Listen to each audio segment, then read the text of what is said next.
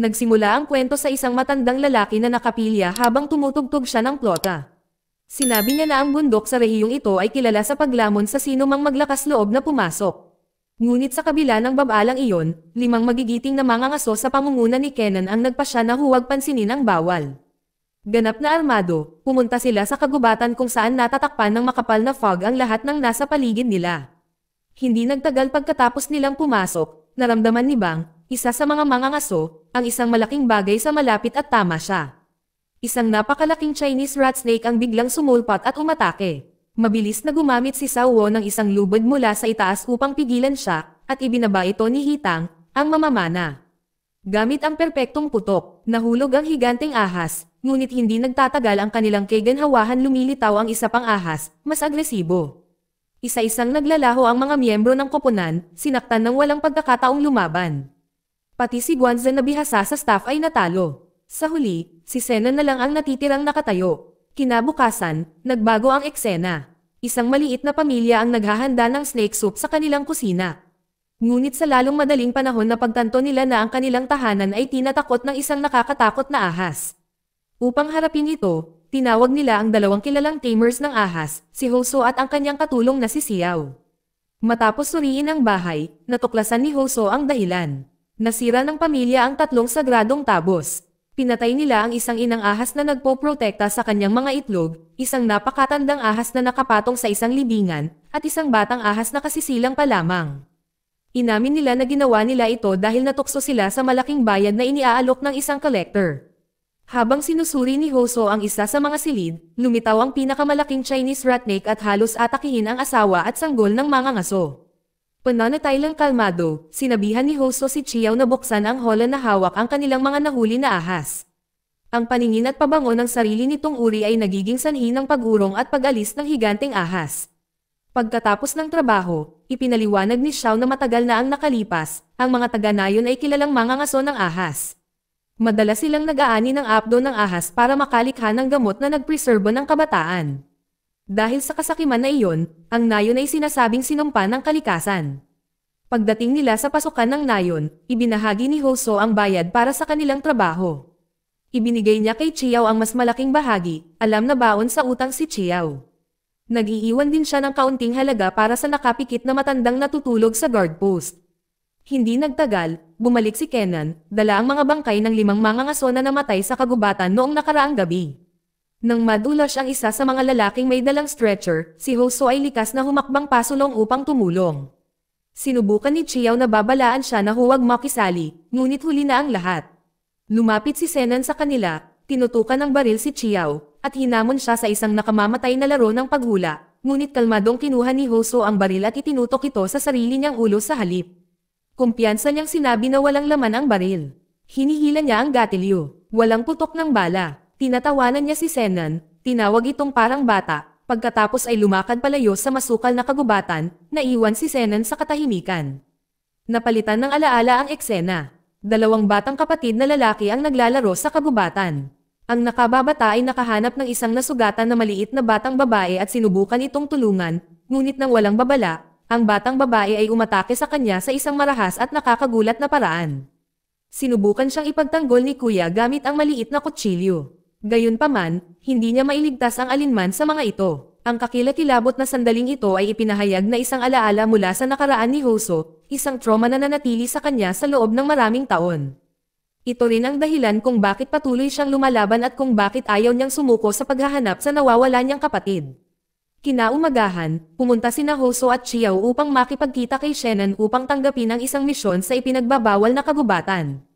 Habang nasa daan, mukhang hindi mapalagay si Xiao. Alam niya na ang mga lalaking namatay noong nakaraang gabi ay hindi mga ordinaryong mandirigma. Sila ang pinakamalakas na mandirigma ng kanilang tribo. Gayunpaman, tinanggap ni Hoso ang misyon ng walang pag-aalinlangan. Iisa lang ang layunin, ang hanapin ang nawawala niyang kapatid. Samantala, naghihintay na si Senan sa isang sasakyan kasama ang kanyang manager na si Jiang. Mukha siyang bata at composed, kahit na mas matanda na ang totoong edad niya. Sa kalmadong ekspresyon, pinakain ni Senan ang kanyang hilaw na karne ng ahas na parang ito ay ganap na normal. Hindi nagtagal, dumating sina Hoso at Xiao. Ang isang grupo ng mga elite na sundalo ay nagtipon na, naghahanda para sa ikalawang pagtatangka ni Zenon na pumasok sa kagubatan pagkatapos ng unang nabigong misyon.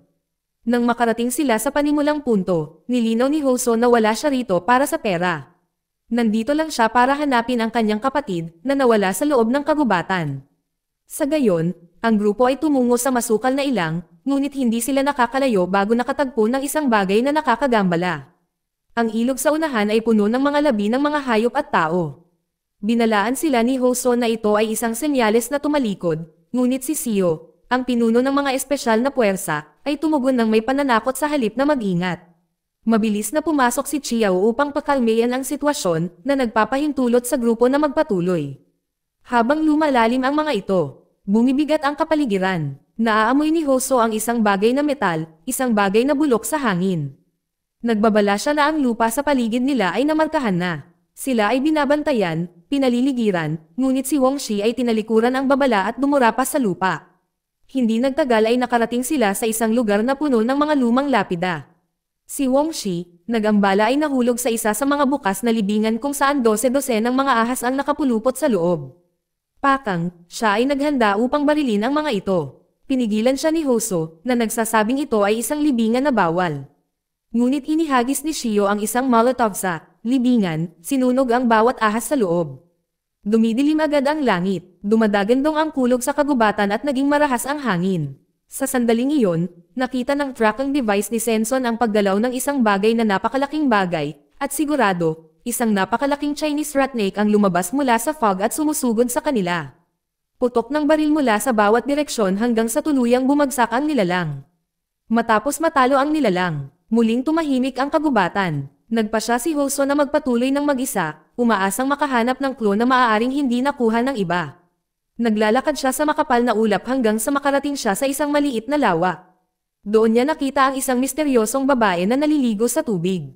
Ang kanyang presensya ay nakakaramdam ng nakakatakot, halos hindi totoo. Ngunit nang dumating si Chiao upang makita kung ano ang tinitingnan ni Hoso, nawala ang babae ng walang bakas.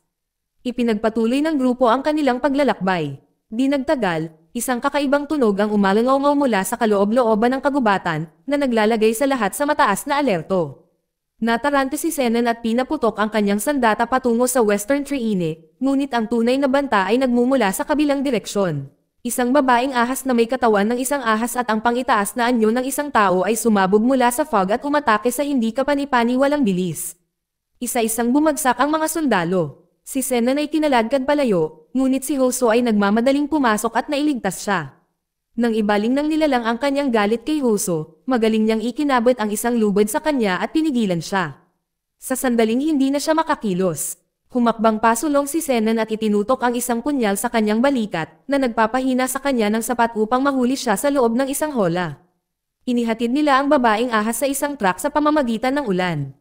Ngunit habang nasa biyahe, hindi mapigilan ni Hyuso na isipin ang dagger na ginamit ni Shansan. Pamilyar ang mga ukit sa hawakan nito. Ito ang eksaktong punyal na pag-aari ng kanyang nawawalang kapatid. Pinahintong niya ang truck at hinarap si Sansan, puno ng hinala ang kanyang mga mata. Bago pa man siya makapagsalita ay may tumama sa kanya mula sa likuran. Nang magising si Hoso, nasa loob siya ng laboratorio na puno ng mga ahas at baho ng dugo. Ang kanyang katawan ay mahigpit na nakagapos ng tape. Sa paligid niya ay may mga bangal na naglalaman ng mga piraso ng laman ng ahas at mga surgical tool. Si Chiao ay banihag din sa malapit. Ang babaeng ahas ay nakatali, na-spray ng mga kemikal, at ang kanyang DNA ay kinukuha. Ang laboratorio na ito ay pag-aari ni Jiang, ang direktor, na gumagamit ng snake DNA upang panatilihing bata ang sarili. Hindi nagtagal, pumasok si Shannon sa holding room. Inihahayag niya ang katotohanan. Sa katunayan, siya ang matagal nang nawawalang kapatid ni Hoso. Nalulula si Hoso. Matagal na niya itong hinahanap, ngunit hindi nagpakita ng init si Shannon. Sinabi niya kay Hoso na huli na ang lahat, 20 taon na ang nakalilipas, si Shannon ay nailigtas ni Jiang. Ngunit sa halip na kalayaan, nasaksihan niya ang isang propesor na pinahirapan sa mismong pasilidad na ito. Mula sa araw na iyon, naging bahagi siya ng mga madilim na eksperimento na isinasagawa dito. Pagkatapos ay naglabas ng sandata si Zenon at muling nilaro ang kanyang Twisted Bulletin game. Sa pagkakataong ito, ibinaling niya ang sandata kay Chiao. Sa isang tahimik, nagbitiw na tingin, sumulyap si Chiao kay Hoso sa huling pagkakataon. Pinaputok ang putok, bumagsak si Chiao. Samantala, sa control room, pinapanood ni Jiang ang babaeng ahas sa pamamagitan ng mga security camera. Ngunit nang magtama ang kanilang mga mata, ngumiti ang nilalang sa kanya. Napagtanto ang panganib, inutusan ni Jiang na ilabas ang nerve gas, ngunit huli na ang lahat. Ang babaeng ahas ay lumaya at pinakawalan ang lahat ng mga eksperimentong ahas sa pasilidad. Ang kaguluhan ay sumabog. Sinisikap ng mga elite na sundalo na pigilan ang pagsiklab, ngunit isa-isa silang pinabagsak sa malagim at hindi mapigil ang pag-atake. Samantala, si Zenon ay nagpapahinga sa isa pang silid, hindi alam na ang buong pasilidad sa kanyang paligid ay nagulo na. Sa ibang bahagi ng lab, si Hoso ay nakatali pa rin ng tape. Ilang saglit na lang bago mapatay. Ngunit tulad ng itinaas ng Verdugo ang isang talam, ang babaeng ahas ay sumabog at umatake. Kakaiba, hindi niya sinasaktan si Hoso. Kinukuha lamang niya ang kanyang salamin, pagkatapos ay dumulas sa mga anino. Biglang lumitaw ang nakapikit na matandang lalaki, nakatago ang mukha sa likod ng maskara. Pinalayas niya si Hoso. Sa sandaling mapalaya, agad na pinuntahan ni Hoso si Chiao, pinalaya siya mula sa kanyang mga pagpigil, at binigyan siya ng isang tahimik na huling palm. Sa sandaling ito napagtanto niya na ang matandang lalaking nakamaskara ay siya ring nakapiyang bantay mula sa nayon sa bundok. Nang tanungin kung sino ba talaga siya, ang sabi lang ng matanda ay mayroon pa siyang hindi natapos na gawain sa lugar na ito. Magkasama silang gumagalaw sa madilim na koridor ng laboratorio. Naghahanap ng paraan palabas, ngunit nang makarating sila sa isang sangang daan, huminto ang matanda. Sinabi niya kay Hoso na magpatuloy ng mag-isa, pagkatapos ay bumalik sa kailaliman ng lab. Sa ibang lugar, nakita ni Direk Jong ang kanyang sarili na nakaharap sa babaeng ahas. Hinihintay ng nilalang ang sandaling ito. Dito nabubunyag ang katotohanan. Ang babaeng ahas ay minsan ng isang bata na iniligtas ni Hoso, nahuli lamang at ginamit bilang isang paksa ng pagsubok sa mga eksperimento ni Jong.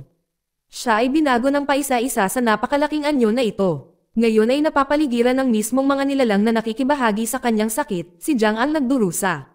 Dumating ang anak ni Shannon sa tamang oras upang masaksihan ito. Ngunit sa halip na tulungan si Jiang, tinapos niya ang kanyang buhay at ipinahayag ang kanyang intensyon na kontrolin ang buong laboratorio.